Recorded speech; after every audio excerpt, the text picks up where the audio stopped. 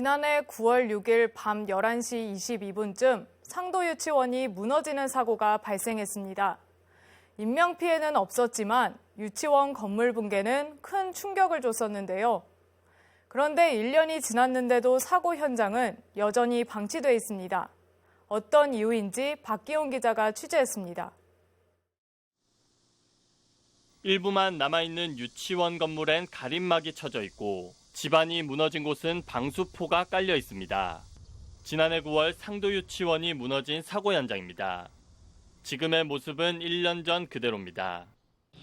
그래서 방치돼 있죠. 그게 엄청 안 좋죠. 상도 초등학교 학생들을 비롯해 아이들이 많이 다니는 곳이라 주민들은 불안하기만 합니다. 제가 볼 때는 똑같은데 거기선 아니라고 하니까 뭐 지금 지나가는 애들도 막.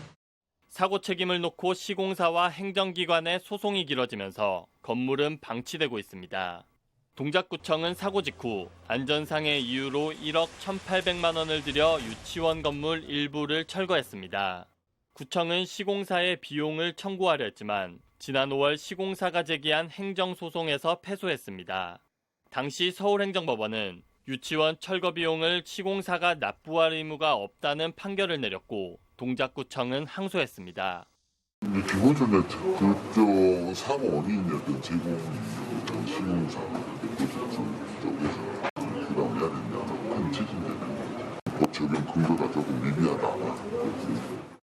시교육청도 시공사를 상대로 손해배상 청구 소송을 제기했습니다.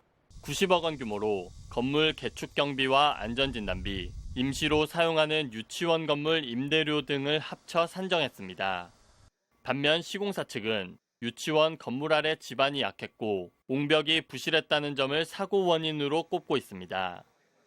지금 무너졌는 땅은 성토 지반, 그러니까 원래 성토 지반에 건물을 지은 거죠. 거기가 그 부분을 저희가 자료를 다 확보를 하고 갖고 있고 계속 침하가 계속 되고 있었던 상황이었으니까요. 전문가들은 건물 붕괴 사고가 발생하면 법정 다툼으로 이어져 현장은 보존한 채 방치될 수밖에 없다고 설명합니다. 복구 공사하는 거가 이제 누가 과연 책임 있느냐에 따라서 이제 그 비용이 달라지거든요. 복구를 누가 해야 될 건가. 아마 소송하게 되면 증거가 필요하니까 지금은 더 이상 건드리기는 어렵다고 봐요. 시교육청은 올해 초 현재 부지에 유치원을 새로 지어 2022년 3월부터 원아들을 수용하겠다고 밝힌 바 있습니다. 하지만 법정 다툼이 길어지면 유치원 신축 계획도 지연될 가능성이 높습니다. 건물이 위험하다는 민원에도 사전에 조치를 취하지 못해 무너지고만 상도 유치원. 흉물로 전락해버린 사고 현장은 주민들을 또 한 번 씁쓸하게 만들고 있습니다. HCN 뉴스 박경입니다.